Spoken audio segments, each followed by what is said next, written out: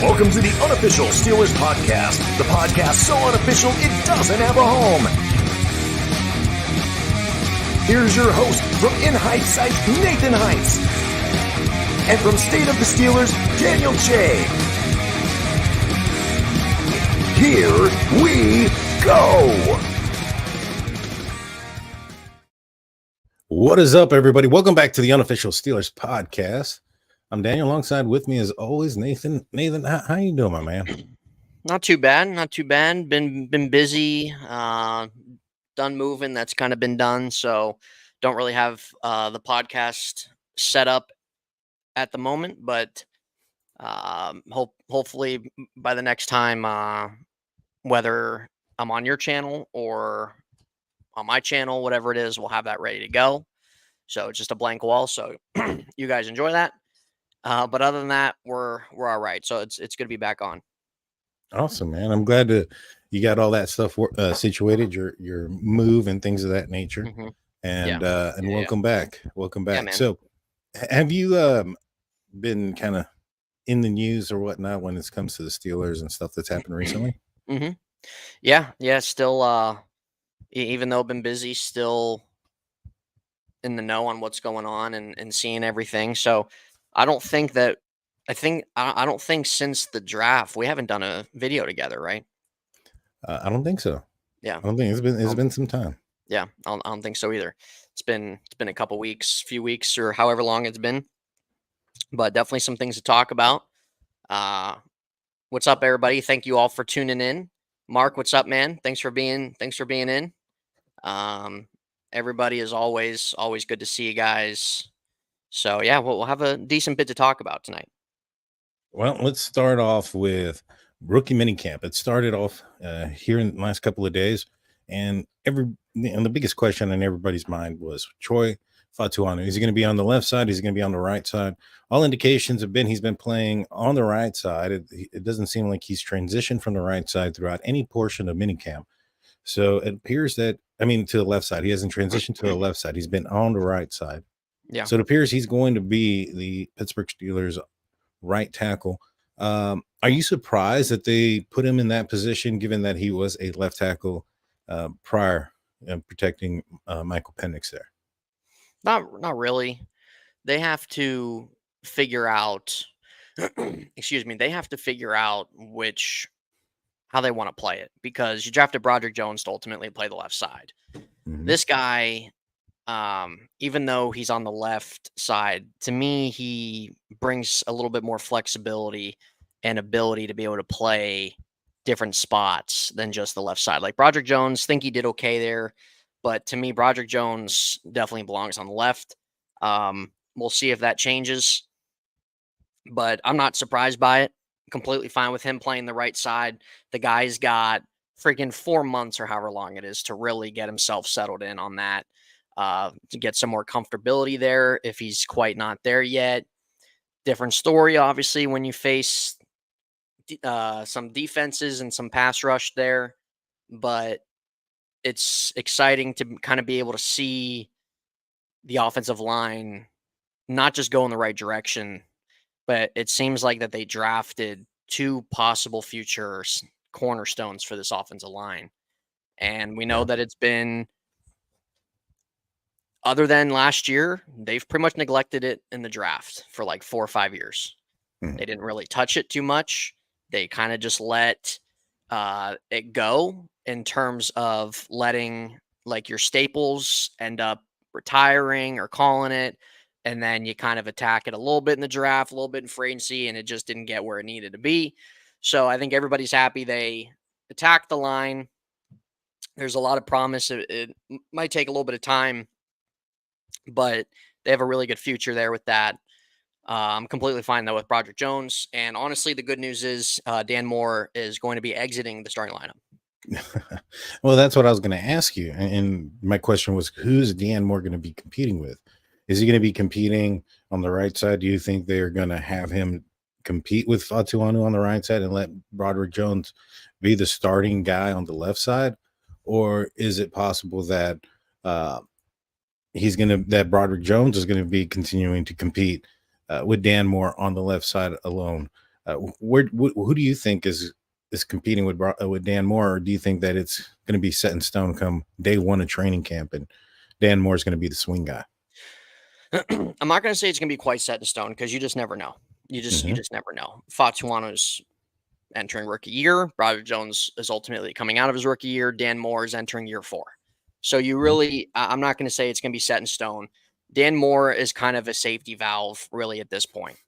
So if Dan Moore, it's probably going to be likely they're going to go into training camp. Jones and Troy are going to get those 2 spots. And Dan Moore kick return. That'd be fun. That would be fun. I would laugh. No, it wouldn't be fun.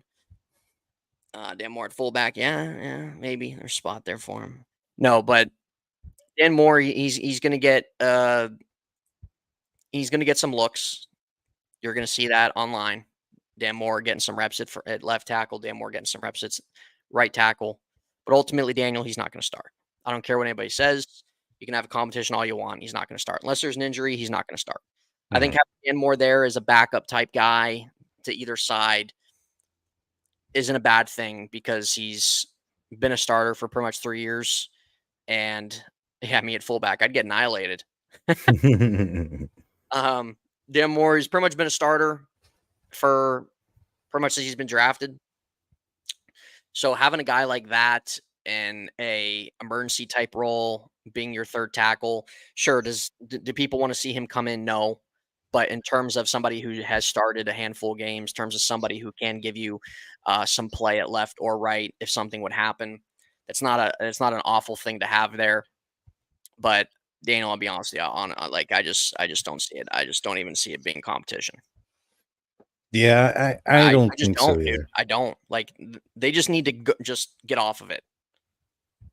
Yeah, I agree with you. I would like to see Fatuanu be there on the right side and him get every opportunity and every rep that he possibly can in preparation for the regular season. Splitting reps or having some sort of make-believe competition is only going to lessen his readiness when it comes down to the season.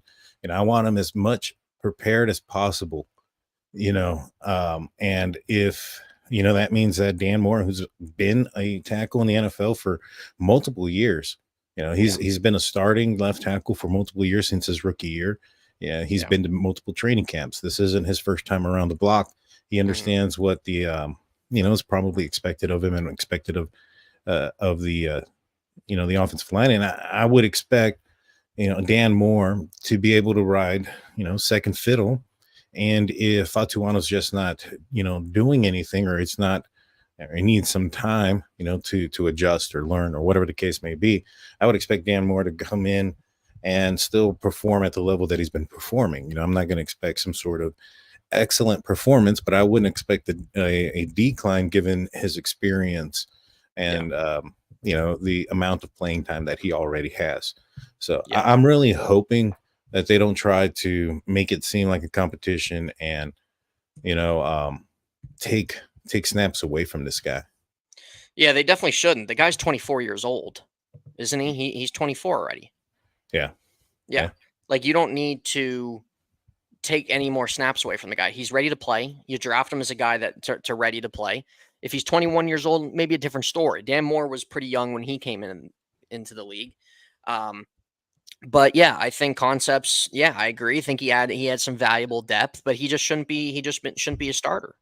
He hasn't gotten to that level in the NFL of being a guy that you want to rely on out there every week. So Fatuanu needs to be a guy that's getting as many reps he can. First team. He's 24 years old. He's ready to play. Broderick Jones, you drafted him to be a left tackle. You keep him there at left tackle. It's not to say things in the future can't change, but at least going in, that's your ideal situation. Yeah, no, I agree. Yeah. Zach Frazier, he's been playing the center position from all accounts, though it seems like he's really one of the guys that's popping off the screen, so to speak, when it comes to his play compared to the other players on the offensive line that are playing the interior offensive line outside of the tackles like Fatuanu. And I've heard a lot of good praise and a lot of good thing from Zach Frazier. I think he's another guy also that I don't know. I don't know if they're going to start, Spencer Anderson in preseason or in training camp or even Herbig and try to make Zach earn it. But Yeah. then, they didn't really make Kendrick Green earn it. If they didn't make him earn it, I would Right. sure as hell hope that they would give this guy every opportunity uh, Yeah. to go out there and be that guy. Like I said, you're going to have two rookies on this offensive line, and you're going to have Broderick Jones, who's a second-year player, but he's only played two games on the left side, while Dan Moore was hurt last season. Uh, The remaining games was on the right side.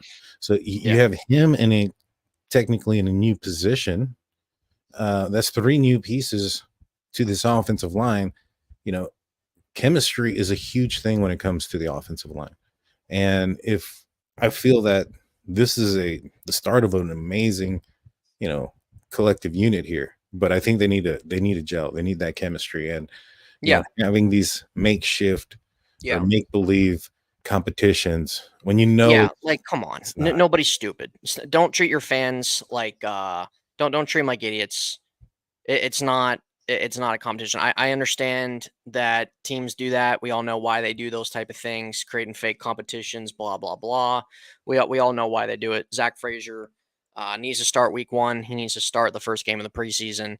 So you draft him to be. You draft him in the second round to be that. You did no type of work whatsoever at the center position in free agency.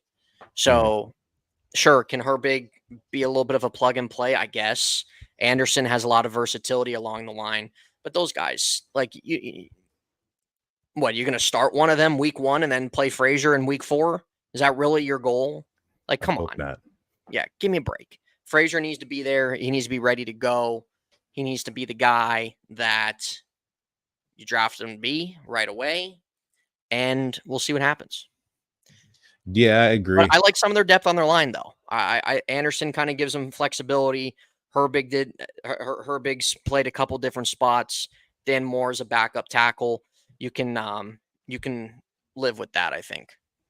Yeah, and don't And Mason fall McCormick. on McCormick. Yeah, I was gonna say that he's gonna be spicy. No pun intended. He Mhm. he Yeah, he was playing, I believe, left guard, and I'm glad that Concepts brings it up. Any chance that James Daniels gets extended this season, still young interior O line, it's getting more expensive lately, and that's true. He's going to be an expensive piece. I think this year's his last year on contract. He's going to be a free agent after this year, yeah, and the Steelers were having Mason McCormick, who played left guard primarily in college. And he's been playing primarily at the right guard position. Now, is he a guy that's going to be a transitional piece to take over for James Daniels? Because Daniels yeah, is going to want some money. yeah. He's an extremely talented interior offensive line. I don't know if he kind of fits, the scheme of the Pittsburgh Steelers. And what I mean by that is, when I went out to training camp last season, and I saw him out there and him trot out onto the field, he had a knee brace on both knees and some ankle braces and stuff, and he just didn't look very mobile. And the Pittsburgh Steelers, they love to pull their linemen, whether it's the center, the guard, the tackle. They've always pulled their linemen, and even when they don't have the linemen to pull, they try to do it anyways, which is why we got a lot of those, illegal man downfield penalties. And so they want to pull their offensive line. Hmm. And I'm not sure if James Daniels is the guy that's going to be athletic enough to do so. McCormick's a big guy, but he can move. And they're practicing him on the right side. You think that any possibility he's going to be the answer for that position in the next year or so? It's possible. It's definitely possible. The thing is, though, the Steelers are gonna have a lot of money to work with next year. So I wouldn't be surprised if they extended James Daniels either. I understand it's going to get to the point you're going to have to start paying guys on offense. So it really is just a matter of what you prioritize. But the thing is, their offensive line is young. Their offensive line, in terms of contract status, other than Daniels, a lot of rookie contracts outside of Samalu. Um, so that's possible that they let him test free agency, and they're trying to get McCormick to kind of get his feet wet and sit a year and take over. I wouldn't be surprised by that. It really just depends how he comes along. Because honestly, McCormick might not even turn in anything. Mm-hmm. That's definitely possible. So nobody should be jumping the gun that McCormick's going to be the guy. Nobody should be jumping the gun that he's just going to slot in next year and do that. He's got to work for it. We'll see how he does in training camp, how he progresses throughout the year. He might get a little bit of an opportunity this year, but there's no guarantee McCormick even turns into anything. Mm-hmm. Yeah, you're right. There's no guarantee. I've heard some good things though coming out. Yeah, you really can't tell though right now, right? I mean, they're playing in shorts and shirts and helmets. Yeah, so sure. there's no hitting, there's none of that stuff. The only thing that's popping off the screen right now is the athleticism, right? There's this person can move. Fatuanu's footwork is really popping off the screen right now, and him. That's one of his strengths. When it comes to Zach Frazier, when he's snapping the ball, he's getting out of the stance very quickly, and that's popping off the screen. And that's been an issue for the Pittsburgh Steelers in recent years, mainly because they've been using guards to play center. Whether it be Kendrick Green or Mason Cole, because Mason Cole played some center, but in reality, he was majority a backup guard for the Vikings before he came to Pittsburgh. So, he's showing up. He's showing some other that he's going to be ready for it, and it's probably something that we haven't seen out of the center position since Marquise Pouncey was a younger man. So I'm excited about it. I'm excited about this offensive line and what they can do. Yeah, there's a lot to be excited about for sure. When you're going from Kendrick Green and Trey Turner and whoever else, Dan Moore, Chucks, right? Yeah. And now you're in a spot where you drafted Jones last year to be a staple. You drafted Troy this year to be a staple. You drafted Frazier to be a staple. And then you sign a couple guys in your interior, right? There's a lot of excitement about that. Yeah. And hopefully as the season goes on, I don't know how much they'll hit right away. We'll see come August into the season. But at least as the season goes on, hopefully they can be one of the better young units in the league.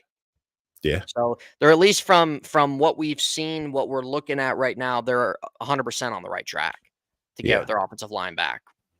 Oh yeah, and this is Andy Weidel, and his fingerprints all over it. I mean, Omar Khan too. He 2 years in a row tackle drafted in the first round. Kevin Colbert, and thinking his entire 20+ year tenure, not once drafted a tackle in the first round. Yeah. So, I mean, different philosophy right off the bat. And I think it's going to pay dividend in the long run. I mean, this draft here, I think even PFF, and it seems like those guys hate the Steelers. Mm-hmm. They said this is the best draft, in football. So I'm excited about it, and, they shored up the offensive line. They got a guy in Peyton Wilson that I think is going to be a steal. I'm excited about that guy. I hope so. There was some reports here recently that, Cole Holcomb may not be ready to go this year. And if that's the case, pairing a Peyton Wilson with his speed and athleticism with Queen, I mean, that's going to bring an extremely athletic tandem at the inside linebacker position. Yeah. What are your thoughts on Peyton? Do you think he's going to be able to step in there, be that guy? I know that some folks, I know some folks thought that Queen wasn't the best green dot guy, and so far in rookie minicamp, Peyton Wilson's been the guy calling the plays and stuff. So he's been the quote unquote green dot guy. They haven't used, communications, but he's been playing the role. Mm-hmm. So what do you think is his ceiling as far as playability this year? Afton, I appreciate you. Thank you for always being in here. Thank you for putting Daniel's name out there. Appreciate your support as always. Peyton Wilson, he would have been a second round pick. If Peyton Wilson did not have injury problems, he would have been a second round pick, 100%. He's arguably the thing is his injuries is what brings him down. That's what it is. He was arguably the best linebacker in that draft. End up falling because medicals, because things like that. Doesn't have an ACL in one of his knees. So it's one of those things that Steelers are taking a chance. Steelers are taking a shot. It can pay off, or it can turn out to be nothing. It really depends. It's good that they're kind of already giving him the responsibility that he has right now and what they're trying to get him acclimated into. He has a lot of speed. He's been one of the terms of tackling and in terms of coverage, he's been I think at least in one of those categories, he was the highest rated linebacker going in the draft. But he's a guy that can really do all almost. And the thing it comes down to is his health. We all know that, of course. But Mhm. he can definitely be somebody that steps in, because you look at their linebacker room outside of Queen, you have Landon Roberts. Other than that, like it's not like that he's going against this guy, and that guy. He has a very clear way to earn a lot of playing time. He's got a very open path to be a starter, to have playing time, a lot of it. Have Roberts as that kind of role you had him last year before they had all their injuries at linebacker. That can be something that can be fun. But when it comes down to those things, he has a track record of that. And I would hate to see it be something where he actually shows a lot of good things on the field, but can't be on it. And I hope that's not the case. I hope that he can be on the field. I hope that he can come along rather quickly throughout training camp and everything. And he can be a guy that you can plug in right away, because they're going to need a guy like that. Patrick Queen loves to get to the quarterback. Patrick Queen can tackle you. But at the same time, if you can get a guy like Peyton Wilson,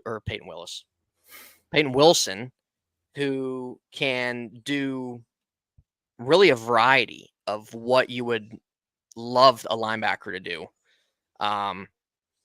that would be huge. So in terms of kind of fantasy thinking, yeah, it'd be great if he kind of comes in right away and you're able to start him.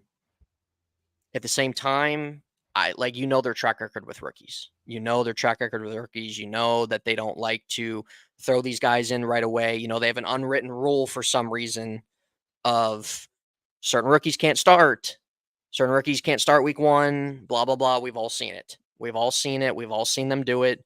So you got to manage your expectations, because this guy has medical problems. This guy can't stay on the field a lot of times. There's also reason to kind of have some excitement to see what he can do given his skill set and his talent. But when it comes to their rookie draft class, like outside of Troy, maybe Frazier, Roman Wilson, like this seems like a draft class that you would think that these rookies are actually going to be playing week one compared to previous years. And honestly, with where their team is, they need to. They can't be handcuffing these guys. They can't be holding them hostage or anything. They can't be doing what they did to Joey Porter and doing what they did to Broderick Jones and the rest of the rookies in the past, of trying to ease guys in when guys are ready to take off, when guys are ready to swim, especially too, because you're weak in certain positions and you need this draft class. Wide receiver, you're weak in. Offensive line, you drafted 2 linemen to start for you right away, right? Linebacker, you're not the strongest in. Outside of Patrick Queen, I mean, Landon Roberts, like he did some good things, but he doesn't move the needle. Peyton Wilson, if he's a guy that comes in and is balling, you can't be handcuffing. You can't be doing it. So that's at least 4 guys that could be starting week one. Yeah, you're right. In my opinion, you're right. But with Peyton Wilson, I will say this: I think he was fairly healthy the last couple of years in college. I think his issue, a lot of his injuries came early on, and I think he even addressed it. He was obviously a lot lighter than he is now. He had to bulk up, and in that process of bulking up and getting up to, I think he said 230, 233 is his best playing weight. As he was getting up to that weight, that's when he encountered a lot of his injuries with the shoulder and stuff like that. And so he's been relatively healthy the last couple of years. The no ACL thing, I think, like you mentioned, is probably what scared a lot of other teams away. Pittsburgh Steelers have amazing doctors. They have amazing doctors nearby. And, I think because of the fact their medical staff might also be a reason why they're comfortable drafting a Payne Wilson, whom others maybe weren't so comfortable because of those injuries in the past. Yeah, Jared the talent's Evans, there. I mean, like, dude, take a chance. This guy's a yeah, 4th-round pick. a third round. He 3rd-round was pick. second, 3rd-round third pick. round, contemptory, whatever you say it. Yeah. He was the one that they give you the extra one. He's the extra pick. Yeah. Comes Yeah. after the normal. Compensatory pick. I There think you is what go. it is. There you go. Yeah. It's one of those Yeah. words I gotta read. Yeah. Jared Devil says, didn't TJ start? I actually I don't think he did. I think he was backing up James Harrison for a little Yeah, bit. he wasn't getting full snaps. No. I think he and only had like, what do you have, like 8 sacks, 7.5 sacks his rookie year, something like that. Yeah. Like he James Harrison was there, Bud Dupree was still there. Those 2 guys in 2017 were getting a lot of time, and then TJ was kind of coming in as the season was going on. But the Steelers' track record, whether it's a 1st-round pick, 2nd-round pick, some of these early picks, they just they try to ease them in. But like, you can go back, like even Martavis Bryant, same freaking thing, dude. His rookie year, 2014, he didn't start. He didn't start playing until week 8. Yeah, no, I know. I remember. Then I he was started frustrated popping about off. that. Like, just for whatever reason, they just have a weird unwritten rule there. And sure, there's some exceptions, but a lot of like 1st to 3rd round pick guys don't, for some reason, like they don't start right away, especially if they've earned it, especially if they worked hard for it. Yeah. And like, and as the fan, like anybody watching, it doesn't matter. You see that on the field. That's where it matters. That's where it comes to fruition on. But they wanted to stick with Levi Wallace last year for 8 weeks. Oh yeah. Okay. Now can't play Joey Porter. Can't play him. Can't start him. He's a rookie. There are some weird ones like Kendrick Green, which I think that was more like a necessity. I think they were just desperate. I think that was just really what it is. They needed somebody. Well, JC Hassenauer or Hassenhoff, or whatever his last name was, I can't remember. David Hasselhoff. Yeah, that guy. He played at the end of the season there, and he did a lot better. But he was also on the on the roster then at that time, and a lot more familiar with the Steelers. I'm surprised they went with him, given the product that we saw on the field. Pat Freiermuth, I think, is another guy that they played early on, and Najee Harris is the other one that started that I can think of recently. And so, few, and it's in positions like the running back position. If you're drafting a 1st round running back, well, you better be starting. 100%, you better be starting. Exactly. That type of position, you better be freaking starting, dude. Now, quarterbacks, I understand.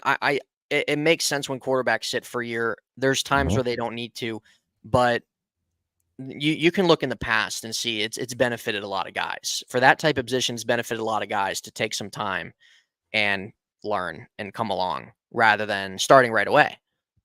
So that's a type of position that, okay, makes sense for a lot of guys. But also, too, it does kind of depend on position. But I just think when you have a rookie just outplaying everybody else on the field and he's still not getting the snaps as a starter, it's like, what are we doing? Like, what are you trying to prove to the fans or to the organization of not yet? Like, why? I just, something just, it doesn't, and you don't, things like that, you don't even need to be in the locker room. You don't need to be in the behind the scenes. That's where everything comes to fruition is on the field during game day. And if it's not cutting, okay. But if it is, what are you doing? What are you doing still starting Levi Wallace? And everybody had a problem with that. I just don't get that. I'll never understand just that type of unwritten rule that's been there for them. Yeah, and I know some people might point out and say, well, maybe they're not showing it in practice or something to that nature. And I'm brought back to what you mentioned with Martavis Bryant.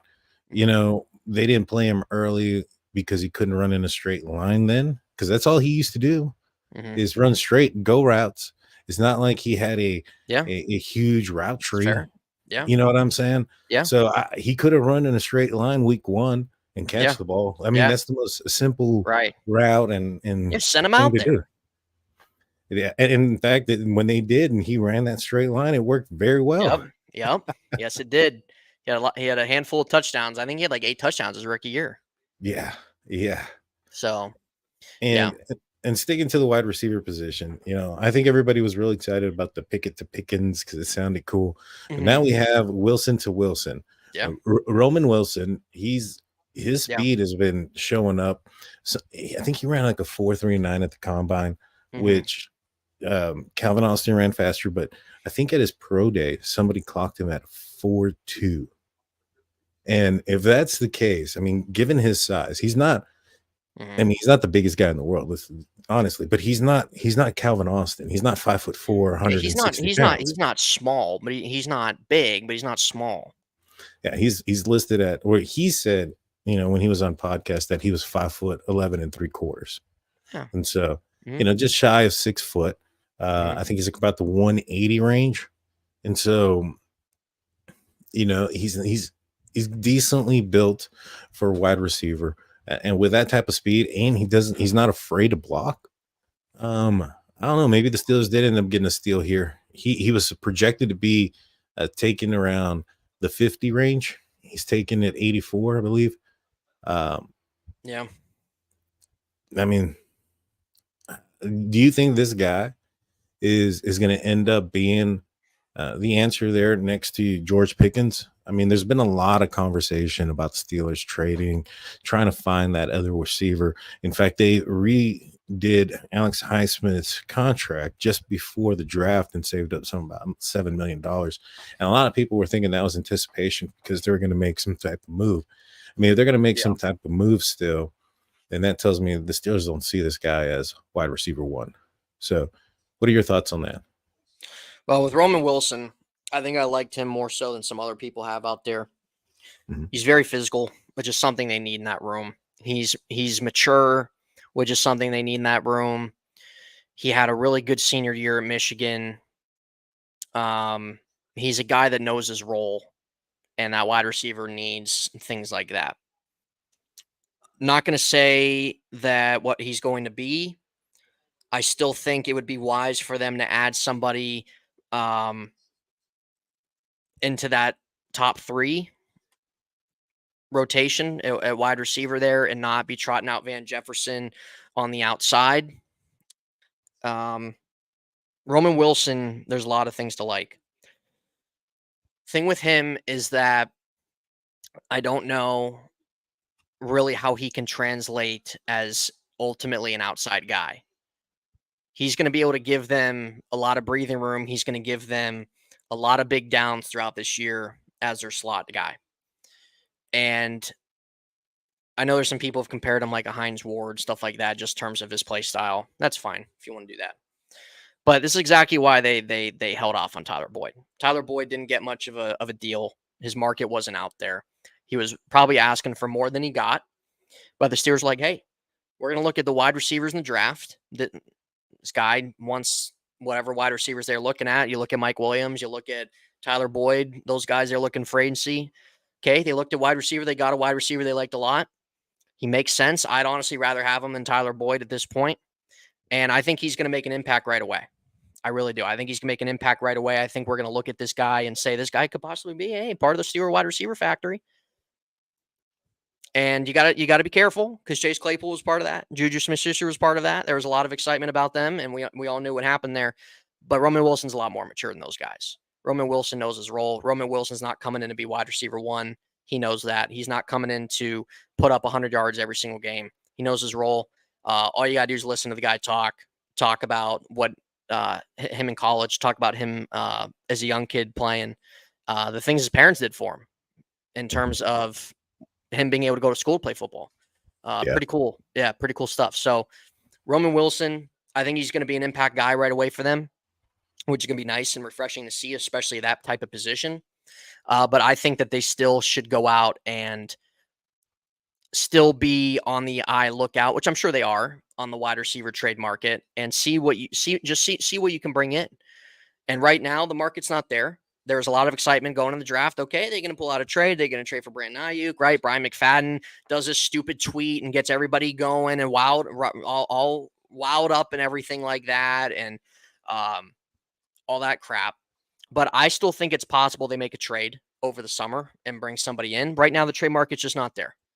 And I'm I would be shocked if they did not make a trade for somebody at that spot to be next to George.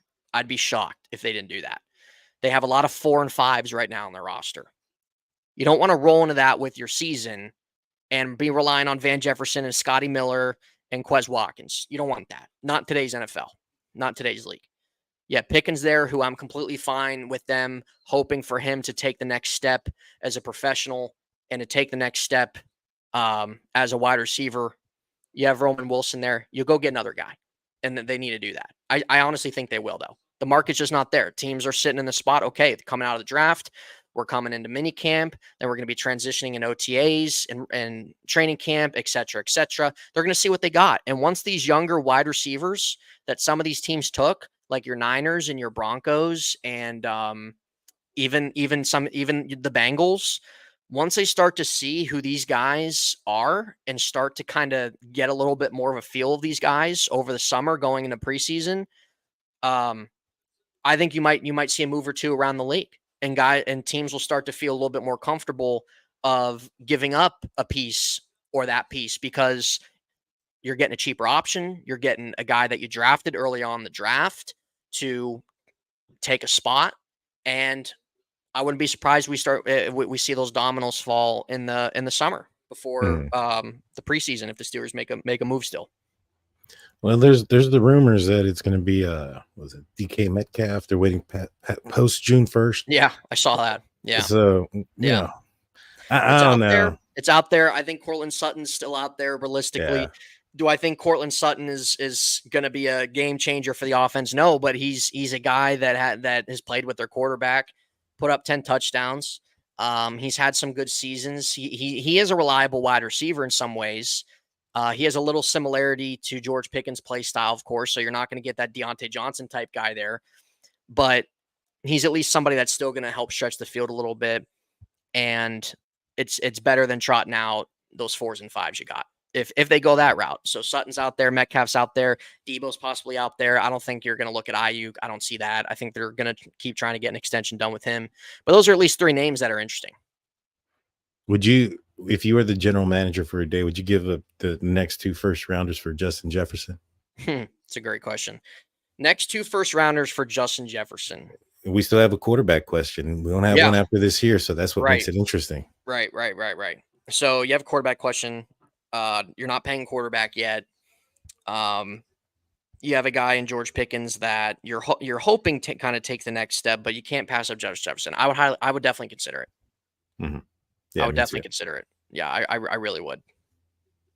Yeah, you're hoping wide receiver in the league. Yeah, and you're hoping he'll bring out. He's not even in his prime yet. Yeah, and he should bring out the best in Russell Wilson, who's gone all the way. Yeah, I would highly consider it. Dude, people are too ho-hum on first-round picks. They are too ho-hum, and I don't understand it. When the rumors were out there about the Steelers giving up a first-round pick for Ayuk, and of course, you're going to have a lot of people love that. But there's people out there like, I don't want to give up a first-round pick, blah, blah, blah, blah, blah. Okay, dude, look at the draft every year. What is the percentage of every guy that has hit as a first-round pick of being a Pro Bowl-type player or better? It's not very high compared to the opposite. It is hard to hit in drafts. It is hard. Look at the last Steelers first-round picks. That will tell you right there.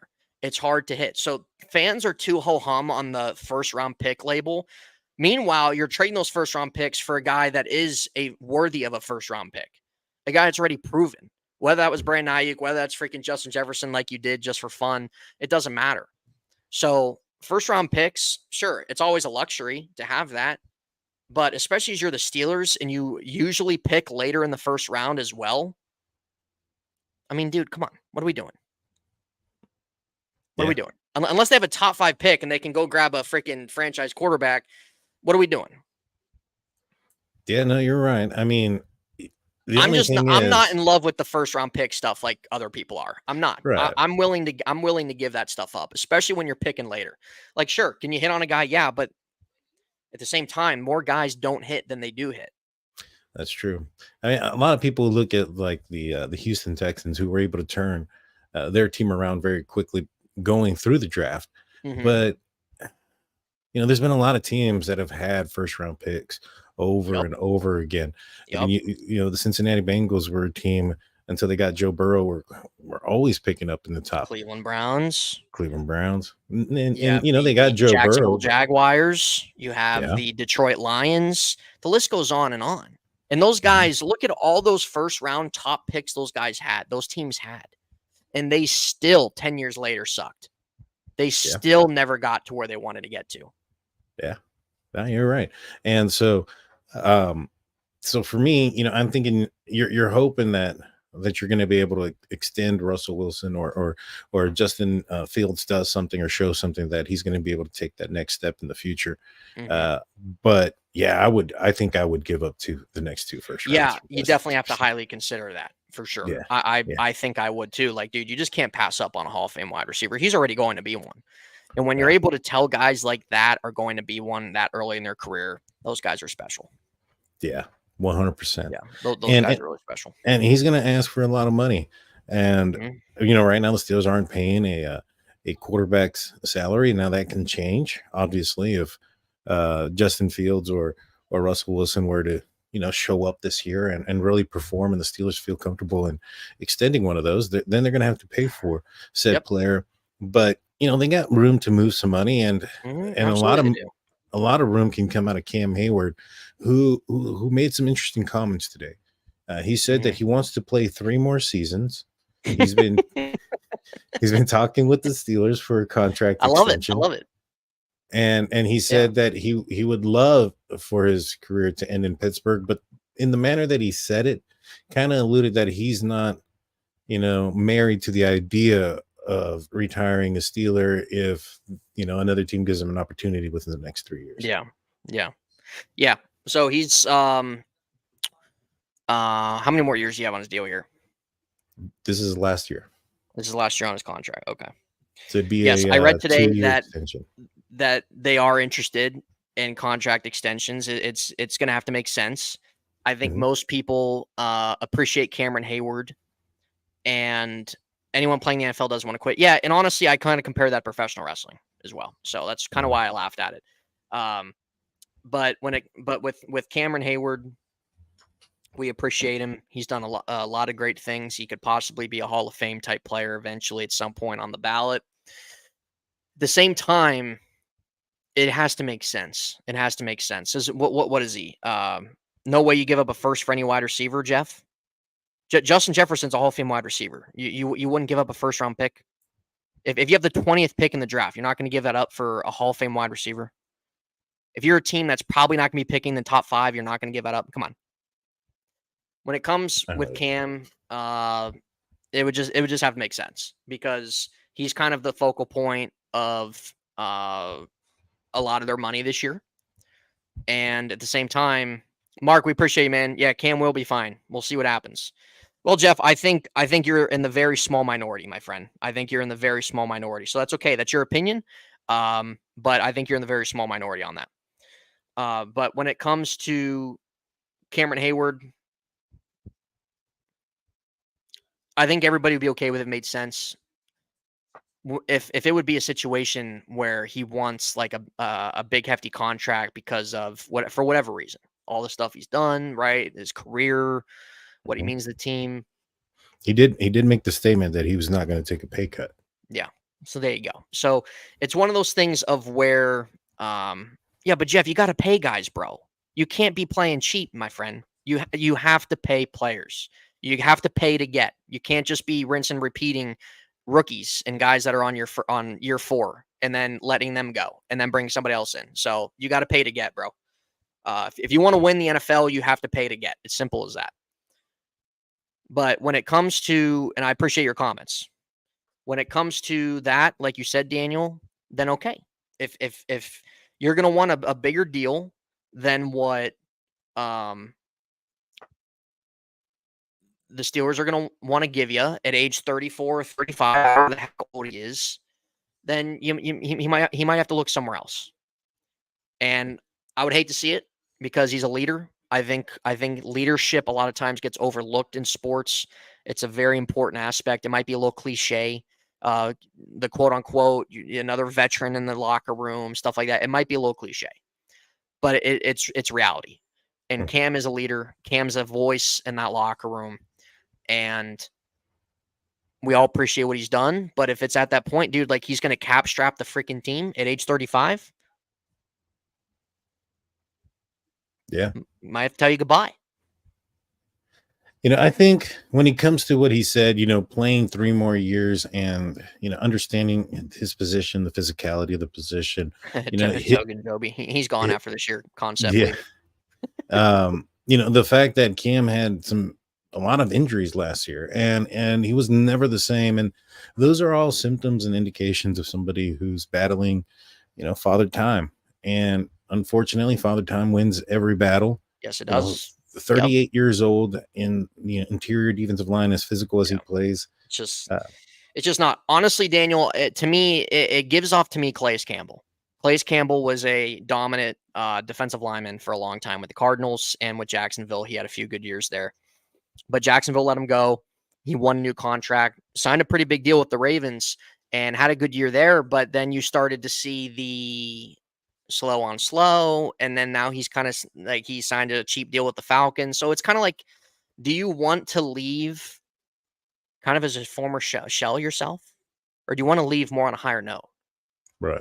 And sometimes, like you said, and what the chat has said, is that there's players that just don't want to give it up. That's their life. That's what they've put all these years of work into. And I understand that, probably like anybody else's career. But at the same time, like you said, father time doesn't expire. Yeah. And I just don't want to see the Steelers do something just because he's been a formidable piece of their defense for so long. You just can't strap your team down. Yeah, you can't. You're right. And it's a business. It is. But like, dude, how many contracts has he got in his career already? 3? Something like that. I believe so. His rookie contract, he signed another extension, then he got another one. So he signed about 3 contracts throughout his career. Mm-hmm. That's pretty good. That's pretty good. Yeah. So he's looking for a 4. Okay. That's probably gonna be his last one. But I just don't want to see them strap the team down because you want to sign an age 35, 36 veteran guy who's been a big focal point for you and everything, which we appreciate, but that can only go for so long. Right. So I'm sure he realized that. He's not an idiot. He knows that. He knows the business side of things in the sport. Would it suck to see him go if that became a reality? Yeah. But at age 35 or 36, however old he's going to be after the season,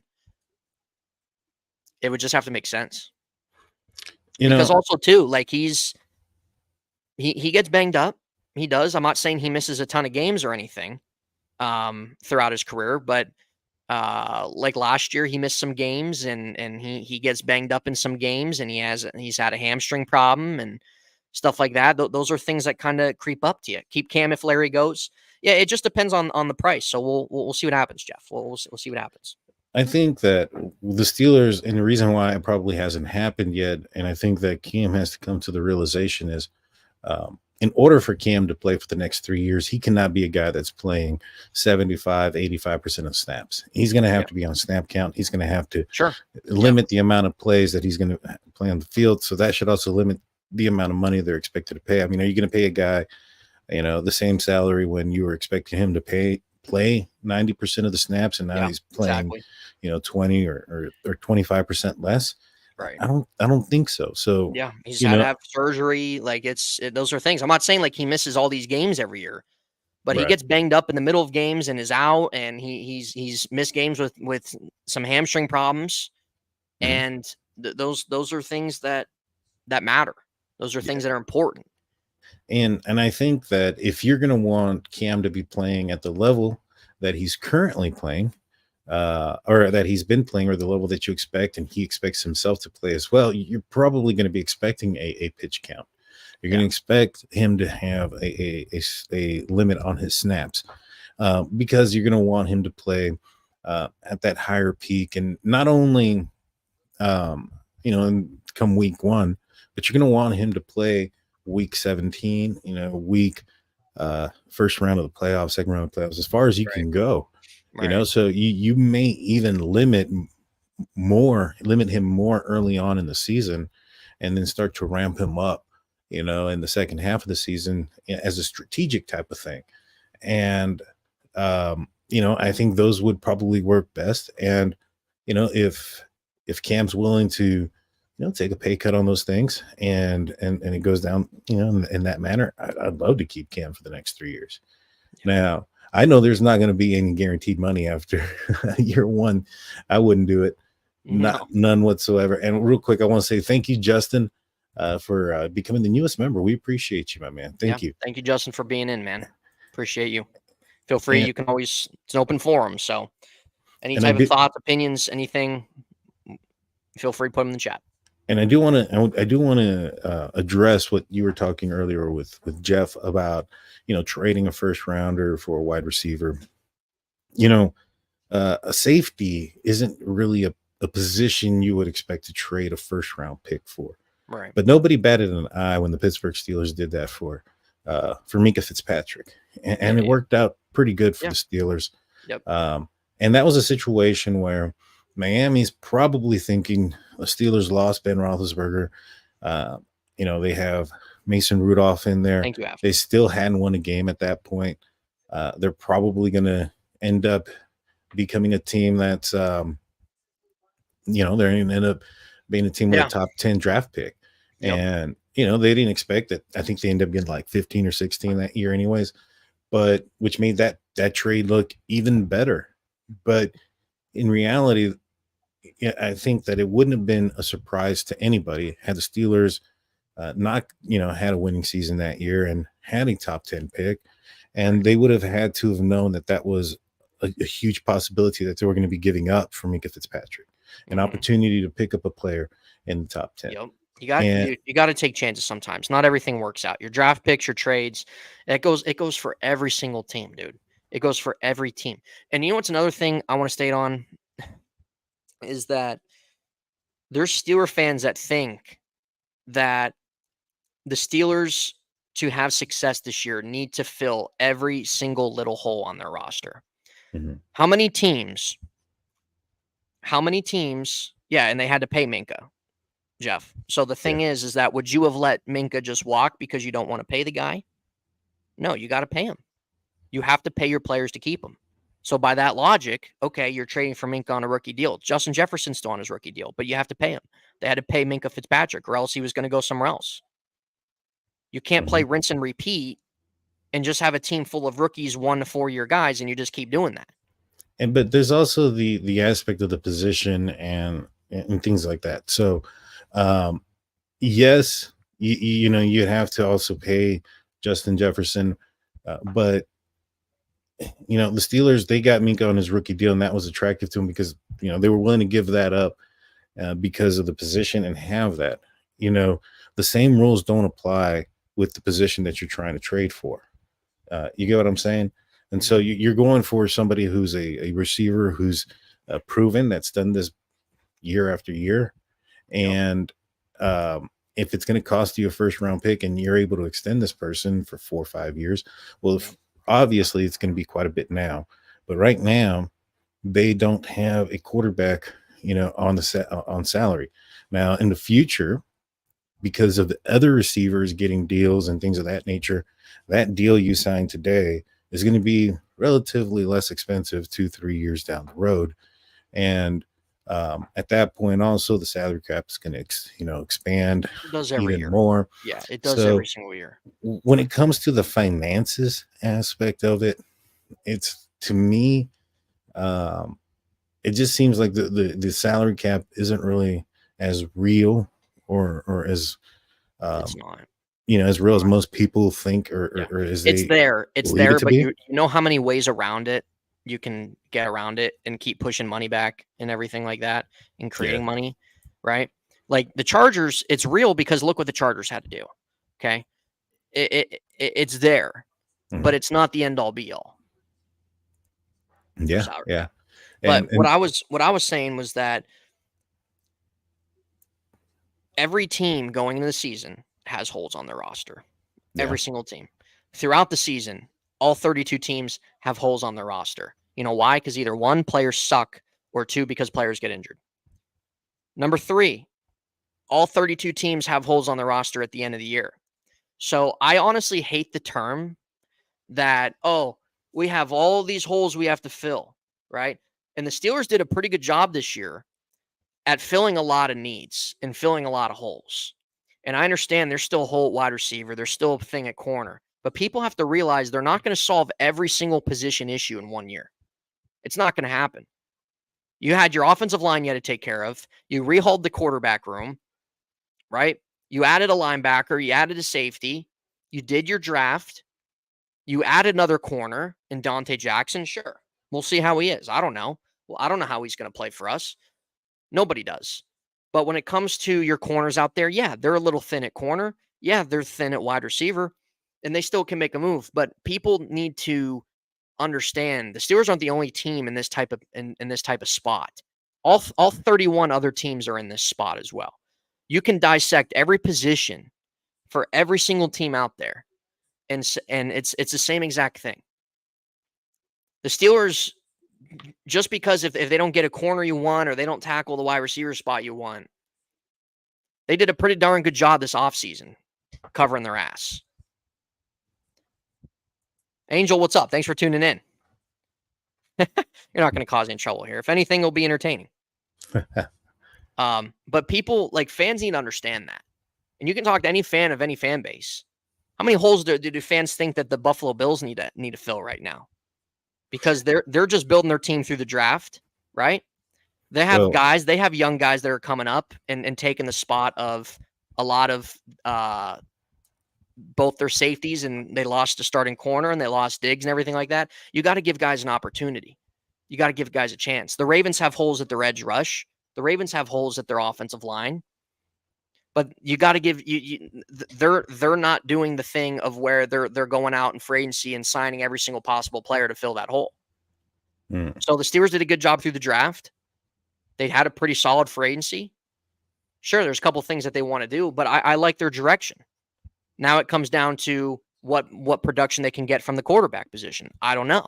We'll see. But I like what they did, but they're going to have holes all year, just like every other team's going to have holes all year.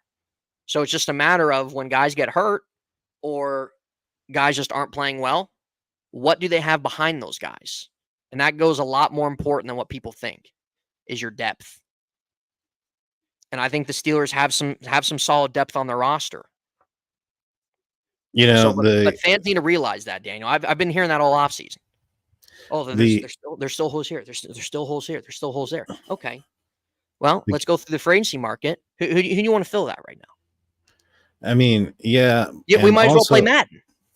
But here's the thing, though. The Kansas City Chiefs didn't have a receiver last year. They still won the Super Bowl. So right. So that's actually validating my point, though. Exactly. That's what I'm saying. Right. That's validating my point. They traded Tyreek Hill, and all they did was sign Marcus Valdes-Scantling, and they let go of Juju, and they drafted Rashee Rice, and they still find themselves winning a Super Bowl because they do a good job of developing talent. How many fans were like, the Chiefs should trade for DeAndre Hopkins? They didn't do it. The Chiefs need to go get a wide receiver one. They didn't do it. Guys need opportunity. Yeah. They need opportunity. You can't just go into free agency and want every name off the book. The guys you already have on your roster that have been there for a year or two need opportunity. And I think the Steelers have some guys this year, next year that are going to get an opportunity there. When it comes to the corner spot, you have Dante Jackson, Joey Porter. Sure, we'll see what happens with Cameron Sutton. He's been around. We'll see what happens. But you also have a guy in Corey Trice. You have a guy in Darius Rush, right? You just drafted this Watts kid in the 7th round. Not saying that like anything's going to come out of that, but those are guys that are going to get some more opportunity. And there just wasn't the names there. They tackled other positions, and the other names there, you look at corner and wide receiver, it just wasn't there. It just didn't make sense. Yeah. So I don't know how some of these guys are going to come on, but how many guys do the Steelers sign every year that don't turn out? They're free agent signings. Mm-hmm. You know how many there are? you know how many free agent signings over the last 10 years the Steelers have made and it just doesn't work out? Quite a bit. Any other team? Yeah. Ladarius Green. There's one. Gave him a pretty decent contract at tight end. Hardly played.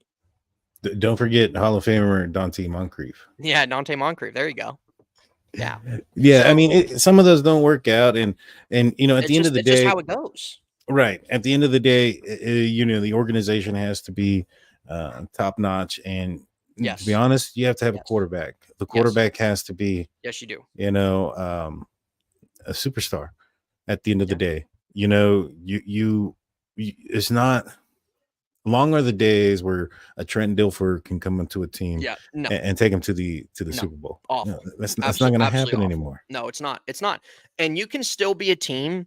It's hard to draft quarterbacks and get an opportunity to do that and have them hit. It's hard to do that. Yeah. But even if you're a team that has above average quarterback play and you surround yourself with a pretty damn good roster like the Detroit Lions, you can win with that.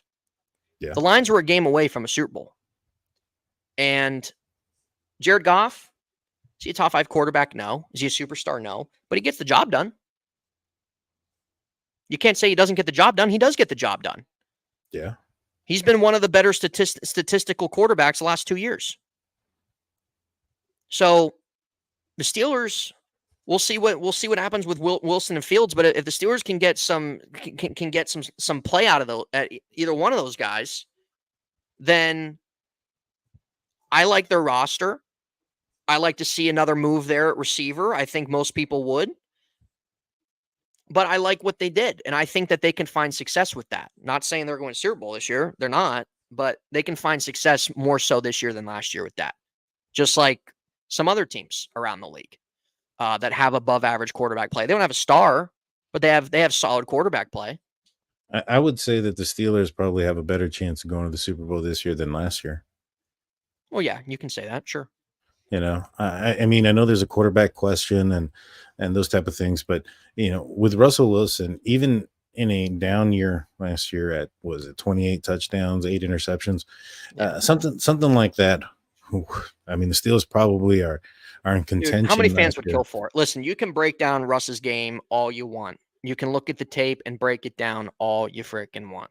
But us Steeler fans have been so connected to the bad quarterback play the last 3 years.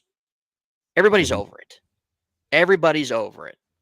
And if you can get something like that this year, they are going to have more success than not. 100% they are. And Wilson was one of the best in the red zone last year. How hard has it been for the Steelers to score a damn touchdown? How hard? It's been pretty damn difficult. Yeah. They have 24 passing touchdowns the last 2 years. Yeah. That's all I got to say. Yeah. That's all I got to say. Yeah. I mean, it was bad. And again, also, I mean, Afton brings up a good point. She says, Jeff, you're going to get some good red zone tape if you're going to watch it for Russ. If you just want to watch him in the red zone, you'll get some good tape. You know, and the other thing is too, Russ has been to a couple Super Bowls. He's got a ring. Yeah. He's got 9 Pro Bowls. I mean, he's done it. And so we know that that he can. I mean, if he did it once, I know he's a lot older than he was then too. Yeah. But you know, he really didn't have a team around him last year. And I would argue that this team around Russell Wilson right now is better than what he had in Denver last year. Plus, he also has a coach that believes in him. Yeah, 100%. Didn't have that last year. Sean Payton fired everybody when he came in. Everybody was gone. Everybody was canned. And Denver, in the middle part of their season, they were selling. They were selling their roster. Mm-hmm. So people need to take that into account. And it's not of a way of it's more so playing devil's advocate for Russ's behalf. Does Russ have bad tape the last 2 years? Heck, freaking yeah, he does. But he was much better last year with Denver than he was his first year. And even through the crap because like his first year, he had Hackett and all those guys. All of them got canned. Peyton came in, all canned. And last year, there wasn't a whole lot to work with. Not much of a running game, decent offensive line, traded Jerry Jeudy away, traded Bradley Chubb, right? They're already selling off 2 guys. Yeah. already firing the whole entire coaching staff. And for a 35-year-old quarterback, 34-year-old quarterback, it's not the most type of ideal thing. Now he's coming here, you got Mike Tomlin, you have a new OC now. He's not going to be in a spot like that where he's going to have a coach kind of breathing down his neck, right? Doesn't have that level of heat going on. And the one guy's seeing one way, one guy's seeing another way. They're all in, dude. They're all in. And you can tell that by Russ right away when he came in. He's all in with this roster. He's all in with this organization. Denver, things were there. Things were suspect a little bit. There's a little more context there. Not saying that that's going to he's going to be a Pro Bowl quarterback next year, but I think at least in the sense to try to kind of keep a positive mindset on it, I think if you look at some of that, that will help. Yeah,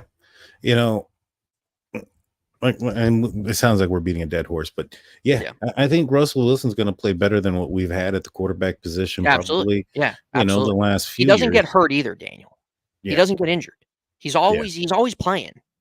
Mm-hmm. And he's a smart quarterback. He doesn't turn the ball over either.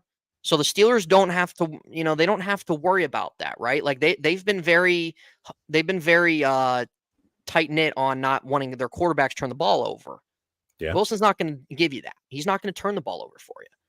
And I think that him paired up with Arthur Smith. Yes, he did concept. Yes, he did. It can be a match made in heaven, so to speak, because Arthur Smith's going to have a lot of play action. He's going to have a lot of run. The design, the formation is going to have a lot of 2 tight end sets, 2 running back sets.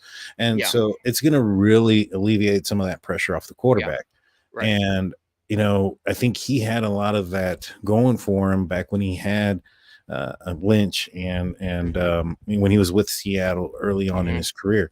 So I'm looking forward to it. I'm looking forward to what he can do. And then backing him up is Justin Fields, which, I know he's drafted by the Chicago Bears and, his career hasn't been, what you would have expected or what he probably would have expected of how it would have gone. But last season, at the end of the year, I felt like he really did take another step as a quarterback.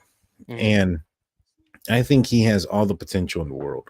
Now, I know potential is one thing and putting it together is another. Right. But this guy can make any throw. He's extremely athletic, extremely accurate with his throws, and he's very smart. That aptitude test that quarterbacks and NFL players take to come into the league.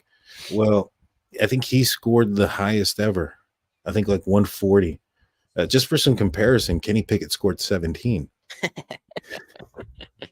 Daniel, that's why he's backing up Jalen Hurts.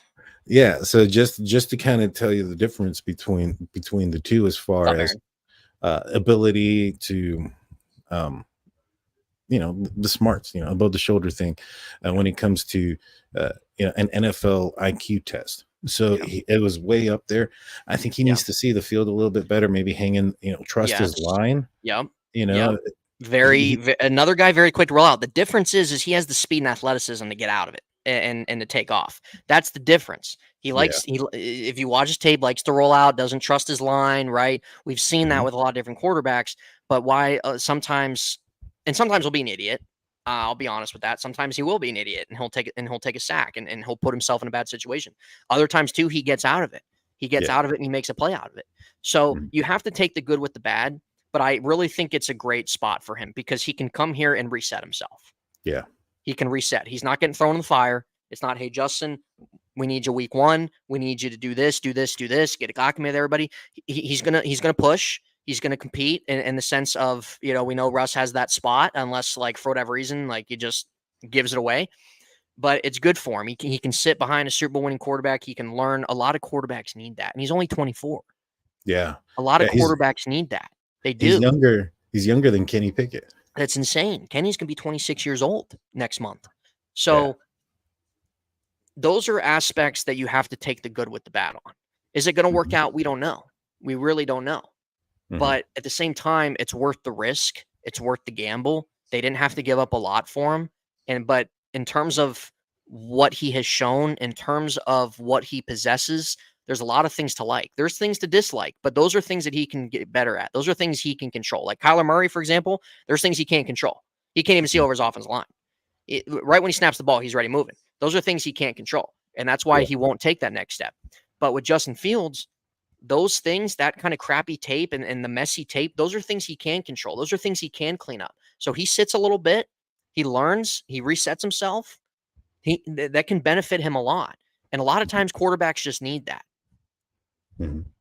Eric Parker asks, what type of contract should the Steelers offer Justin, if one at all? It's going to depend on what happens this season. If he goes the entire season without playing significant football, I mean, you're probably going to have to offer him something around $15 million a year. I mean, that's somewhere around where Sam Darnold is. I think that most teams or some teams would be willing to pay him that. I think his 5th-year option would have been $25 million, so it's a $10 million cut, so to speak. So I would do something like that, maybe do 2-3 years with little guarantees on the back end in case, let's just say he ends up being your answer at the quarterback position for next season. And, you haven't seen a lot of football. You're going to want him to earn the next, year or so. So I can see something like that happening. And I think I would be okay with it. I would too. I wouldn't be surprised if they even not even waiting till after the season, if they gave him a Jordan Love type contract. Mm-hmm. And I wouldn't be surprised on that. And then obviously if with that, the expectation be Fields to take over. And then if he does the things that you're hoping that he would do, then okay, then you give him a bigger contract extension down the road. So I could see something like that. They might wait till after the year and he's a free agent, and based off of what he does or how he plays, that will kind of determine his market. But one way or another, they have a plan for him. But I wouldn't be surprised if they did a Jordan Love type contract extension. I wouldn't be surprised. Yeah. What's crazy though? I was when I first started the channel, so it was a little bit over a year ago, before last season, and I had said I think that the future Steelers quarterback isn't on the team, because I think there was a big question. Is Ben going to retire? It was around the time Ben retired, and I said, I think the Steelers' next quarterback is playing in Chicago, and you're right on both. Yeah, I was right twice. Yeah, you're right on both. So we'll see if Caleb Williams comes here in 4 years. Right. Well, Mitch Trubisky ended up being the first one, but he wasn't the first one that I was thinking. I was thinking that Mike Tomlin really did like Justin Fields, and I think this was around the time where they were switching coaches and a bunch of things. And I was like, man, I feel like they're going to ruin this kid there in Chicago, and maybe perhaps the Steelers will jump in and be able to pull him out of the out of there. And this is before Mr. Trubisky signed. Once Mr. Trubisky came, I was a little bit more, I don't know. I don't know if I want to go back for a Chicago Bears first round quarterback again. But, now that he's here, like I said, he has all the potential in the world. I think that if he puts it together and can trust his offensive line, which this offensive line should be able to give him a lot of confidence, I think he's going to be a dangerous player. And I do think that leading out of the pocket early and running into some issues is one of the reasons why he had so many turnovers. I mean, the fumbles were quite a bit, and I think that had a lot to do with it, him trying to make something, and many times he didn't have to. So those type of things are the things that he needs to get under control. And if he can, and he can put that together, I mean, he could be a steal. He could be a steal. Yeah, no, he definitely can. There's a lot of things to be excited about, and that's what's going to make preseason very fun. It's going to be very fun. You're going to have the talk. You're going to have the talk of Fields beating Russ out, blah, blah, blah. It's probably not going to happen. Right. I'm not right. That's not me writing off Justin Fields, but just in terms of they've said Russ is the guy in terms, unless he lets that go. Mm-hmm. But it's just hard for me to see that happen week one. And as the season begins, let me put it that way. That's not to say as the season goes on that Fields can't come in or won't come in or anything like that. But the other thing too, I think Fields is gonna shine in preseason because Daniel, look who he's gonna go up against. Yeah, Fields is gonna look very good in preseason. He is. He's gonna get a lot of hype. He's gonna get a lot of excitement because look who he's gonna go up against. he's going to be the best player on the field. Mm-hmm. And they're going to want to get these new offensive linemen ready to go. So they're going to be blocking for him. Fatuano's going to be blocking for him. Broderick Jones is going to be blocking for him. He's in his second year. Frazier is going to be blocking for him. You know, I can see Daniels and Seumalo coming off, but Herbig and McCormick in there. I mean, that sounds feasible. That sounds like a pretty good offensive line to have in front of you going up against backups. Yeah, 100%. So, you know, he's going to have that. He's going to look like a superstar in preseason. You wait. I think he is. Wait. Yeah. It's going to happen. He's going to look like a star, dude. And everybody's going to be saying, "Oh, I can't wait to see Fields and everything like that." But I'm just saying, just keep the expectations, just in the sense of when that happens, what the situation is. But that doesn't take away what he can possibly be. So, do you think he starts the first preseason game? They don't play Russ. You think they let Russ sit? They got 3 games. I could see that. I could see them giving Russ a week, and then he plays the last 2, gets himself ready to roll, ready to go. But I could see that. I could see that. Yeah, I do too. I don't think he's going to play the first game. I don't think they're going to throw him out there the first game. Yeah. We'll see Plumlee, baby. We'll see that Plumlee kid. Wasn't he from Pitt also? Like John Reese Plumlee or something like that? No, where was he from? Didn't they get a Pitt quarterback to come in? They got Jerkovich, who used to play quarterback, but he's tight end now. Oh. Yeah. Interesting. Yeah. Well, and then they got Kyle Allen still, so he's still there. Yeah, he's there. He's still there. So, yeah. George asked, if they sign Fields for $15 million and let Russ go, do they use a high pick for quarterback next year? If they're paying him that much, I don't think so. Yeah, I don't think so either, George. Like if Fields is going to get an extension, probably not next year. And the thing with next year, it's getting a lot of flack with the quarterback class next year. It'll probably be a little better come the end of the year, but I don't really see there being a big run on quarterbacks early on the first round next year. Like I even though I think it'll probably end up being a better quarterback class than what people think right now, I still don't think like you're going to be seeing a first overall, second, third pick all be quarterbacks like you saw this year. I don't see that happening. I see, Eric, UCF. Yes, correct. As of right now, I think maybe 2 guys in the first, maybe 3 if you want to push that, but it's at least it right now. A lot of things change, but yeah, I'm going to say no, not next year. No. Yeah, no, I agree. And what about Najee Harris? Like, what about that freaking report? This is exactly why I don't like Pittsburgh media. This is exactly why. Other than DK and maybe another guy, I don't like the Pittsburgh media out here. I don't. Yeah, Paul Zeiss, idiot, coming out with the Najee Harris report. He's the only guy that reported that, by the way. And then you have Najee Harris's agent coming out saying it's crap. That's not true. Check your sources. Blah blah blah blah blah. Daniel, were you believing that right away that he told the Steelers to decline his 5th year? No, I don't. I don't believe that at all. I mean, that's a lot of money, dude, for a running back. It is. I don't see that. And then you're going to take a gamble knowing the running back market. Like, I just don't see that. Steeler Girl, thanks for coming in. Good to see you. Thank you. You know, I wasn't buying that. That's why I was like, okay, that's interesting. You got to take, I was like, I'm taking this with a huge grain of salt. And it, of course, it ended up not being true. But it was just one of those things of like, that wouldn't even really make sense for him to even do. He would be an idiot. Yeah.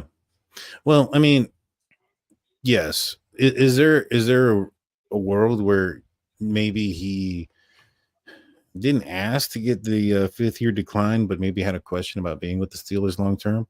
You know, I have a podcast, audio only podcast on stillcurrentnetwork.com. Go check it out. It aired out on Friday. I agree, concepts. I agree. The Pittsburgh media sucks. And it was referencing how honest the Pittsburgh Steelers are and things of that nature. And I touched on Najee Harris and this exact thing. And, you know, I think there could be a little bit of truth there. Najee Harris is a Mike Tomlin guy. And Mike Tomlin ain't signed for next year still. Right. Now they've been talking about this. They've been saying that it's going to happen.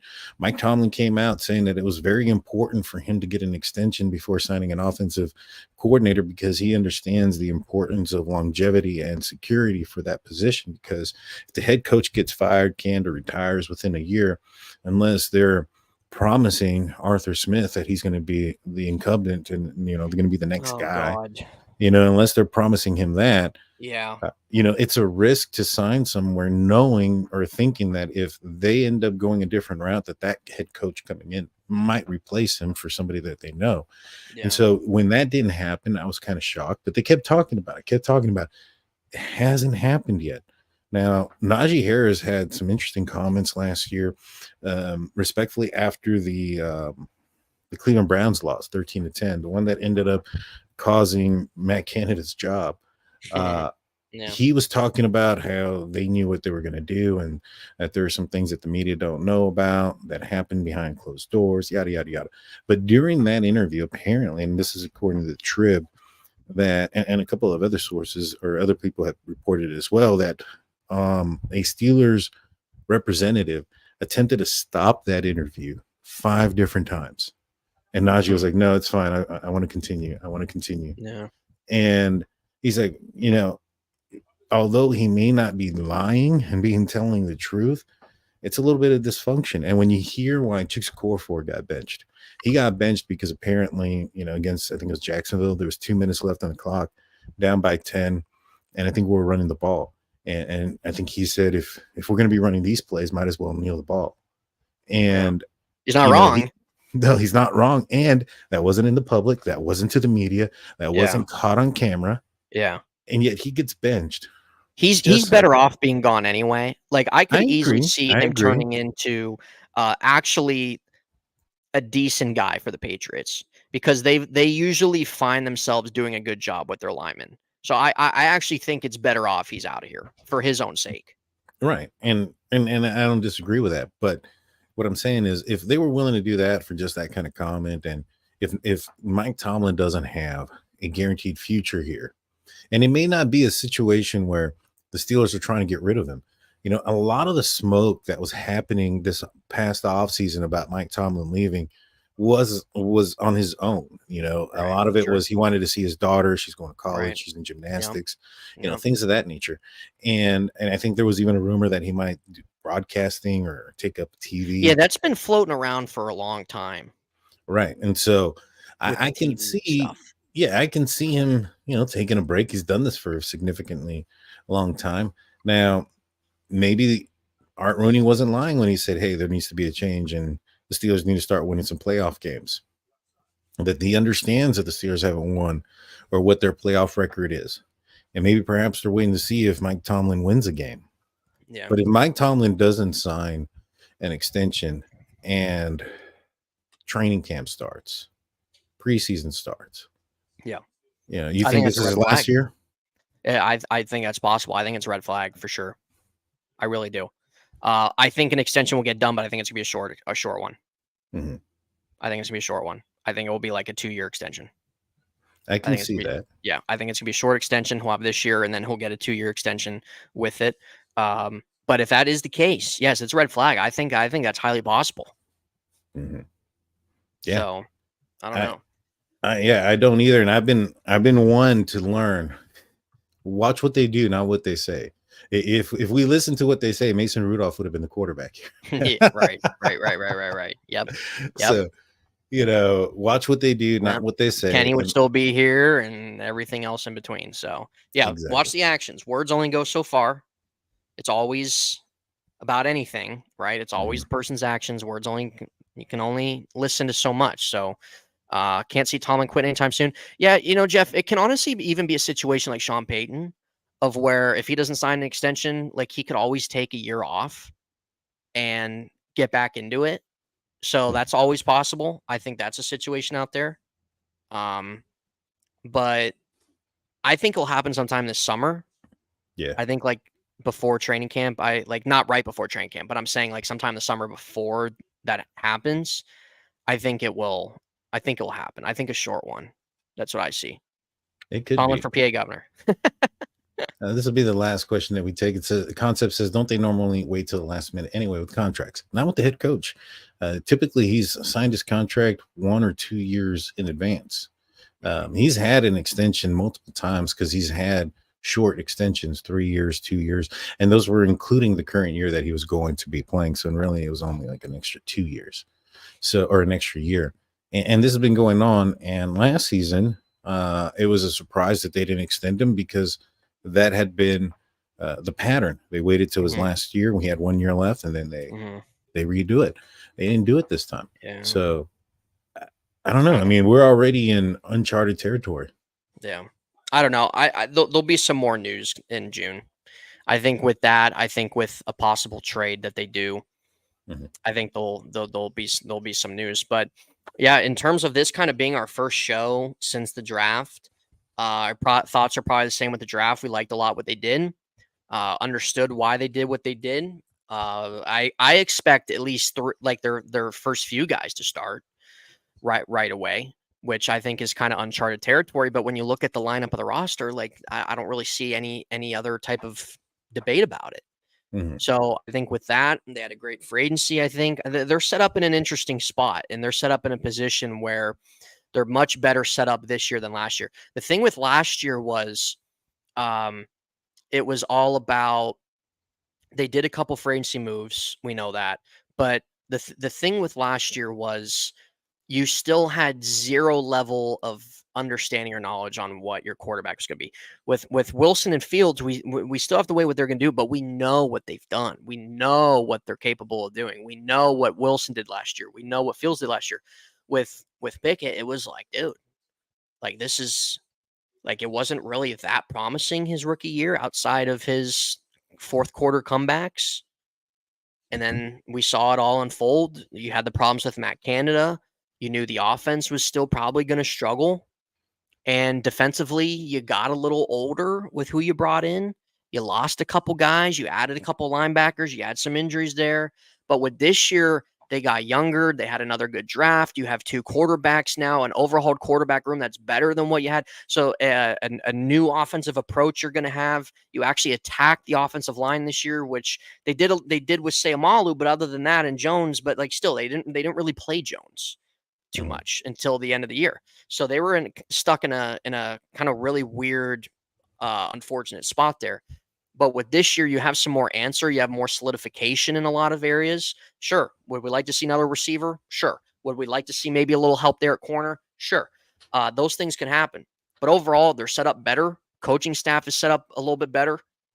Overhaul your quarterback room. They're set up in an interesting position. They're set up in a position where I'm not going to put them as a Super Bowl team right now, but where they're better than last year. And they should, like, it would be a failure. Let me put it this way. It'd be a failure if they didn't win a playoff game. Let me put it that way. They're set up in a position where they can win a playoff game this year.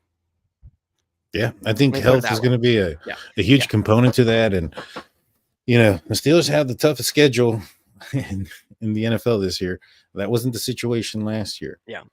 And truth be told, even though the Steelers ended up making the playoffs last year, I would argue that they weren't better than the year before. You know, I think that the year before, you can argue that as a team, they were better at down the stretch. You know, going into the playoffs there, I think I would have taken the year before's team, you know, versus what we had going into the playoffs to a certain extent. I mean, I think Mason Rudolph was showing up a little bit, but, you know, the defense had been, you know, injured. The middle linebacker position had been completely depleted. And even though Landon Roberts was still out there, he was out there with one arm. Basically, he had his arm strapped because he had a torn pec. And the thing with the Steelers schedule outside their division, we know their division games. We all know how that goes. It really doesn't even matter who plays those games 90% of the time because they're just division games. They're division games. They're always going to be important. They're always going to be tough knit, especially those Ravens games. But really, when you break down their schedule, they play the NFC East this year and they play the AFC West. Okay, so outside the Chiefs, that AFC West. Like the Chargers, no idea what they're doing. The Chargers, nobody should be afraid of. That AFC West outside the Chiefs, those are. Let me put it this way: favorable games. Is that fair? They're favorable matchups. Let me put it that way. When you look at the NFC East, outside of Philly, Dallas. I mean, like, Dallas wins regular season games, but they struggle in the playoffs. But like, they didn't do a lick this offseason. They didn't do a lick. They did zero. This offseason. They did nothing. They went backwards. Yeah, they went backwards. Washington, not there yet, but there's some promise. Giants, just in a bad spot. So really, when you break down the Steelers' schedule, is that when you look at the names, right, it's like looking at a roster on paper. Yeah, okay, this looks a little difficult. This looks a little interesting, a little shaky. Not sure how that's going to fare out.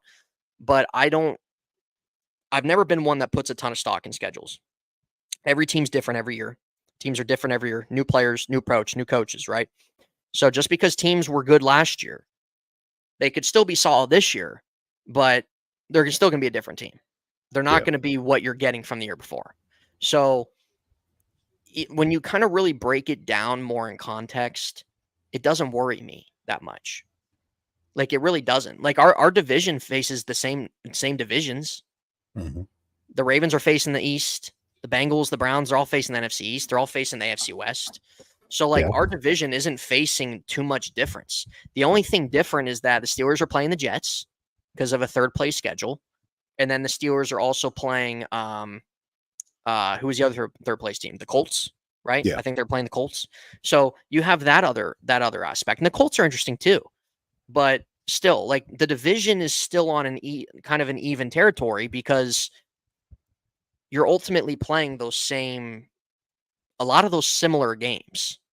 Mm-hmm. And I just think when you kind of break things down, to me, it doesn't really affect me or worry me too much with their schedule. It really doesn't. So the Chiefs, let's be honest, they're probably getting blown out. You know, the Chiefs are the Chiefs at the end of the day. But when it comes to some of these other, man, Russell Wilson beat Mahomes. He did. I'll say it. Any given Sunday, I know. Any given Sunday, I know. But it's hard to put a W on that column. Let me leave it at that. It's hard to put a W next to the Chiefs game. But right, the Steelers are going to be heavily underdogs. Absolutely, they are. Absolutely, they will be. But when you look at those other games, though, I actually think they're interesting matchups. But I think, like, they can compete with those guys. You know, a lot of the reasons it doesn't worry me. Right. A lot of the reason why the schedule is quote unquote easier for other teams in the division than for the Steelers is because those other teams are playing the Steelers, and the Steelers are predicted to win 7-8 games this year. Right. And you know, that's how it's been the last 3 years anyway. Exactly. And the Steelers somehow, I mean, what, they go 5-1 last year in the division? Yep. So yeah, it is what it is. Yeah. Well, guys, we're gonna call it a show here, but I want to remind you guys, the schedule is going to be coming out next week on Wednesday. Yes, very excited. Daniel, real quick prediction: who they playing week 1? I'm going to say that Antonio Brown got it right, and it's going to be Steelers versus Ravens Sunday night. Steelers versus Ravens Sunday night? Acrisure Stadium, home opener. Interesting. I'm going Steelers at Broncos Monday Night Football. That would be interesting too. I'm going Steelers Broncos Monday Night Football. Well, either way, we're predicting prime time shows. Yeah. If you guys they're going to want the Steelers in prime time this year because now they got Wilson in there and even Fields in there. So the Steelers have been a topic of conversation. Yeah. They're going to want that out there. 100%. And Denver would be wild. Yes, it would. And to remind you guys, I'm a season ticket holder for the Pittsburgh Steelers. I have 2 tickets in section 122, which is lower level in the end zone. I only go to, I'm probably only planning on going to 1 game this year. I haven't decided which game it is. I'm waiting for the schedule to drop, but I'm going to be selling the rest of the games. If you guys are interested in tickets, please hit me up at my email at stateofthesteelers@gmail.com. I might buy a pair off you, Daniel, this year, man. We'll see. Do it, my man. You were there. You were there with me. I was with Daniel. Daniel and I were there. Titans game. We saw Daniel that was breaking it down as it was going on. A little analytical things like that. So it was fun. I was predicting a lot of things that the Steelers were going to do. Yes. And so, it was fun time. It was fun. I think Matt Canada was still the coordinator then. And yeah, that may have had a lot to do with how I was able to predict what the Steelers were going to do. But yeah, if you guys are interested, hit me up in my email, stateofthesteelers@gmail.com. Usually the tickets go available as soon as the schedule is released. So hit me up there. We're going to probably go live. I know I'm going to go live next week when the schedule comes out. Cool. Yeah. We'll do another unofficial Steelers podcast next week. It's for sure going to be on. We'll talk about the schedule. Yep, Thursday. We'll aim for Thursday. There you go. Next week. Thursday night. We'll do Thursday night next week. My channel, In Hindsight. You guys can see me there. Daniel and I will go over the Steelers schedule. We'll talk about it with you guys. See how things are looking. Yes, sir. With that being said, guys, y'all have a great night. We appreciate everybody that tuned in. Until next time, peace out. See you guys. Welcome to the Unofficial Steelers Podcast, the podcast so unofficial it doesn't have a home. Here's your host from In Hindsight, Nathan Heights. And from State of the Steelers, Daniel J. Here we go!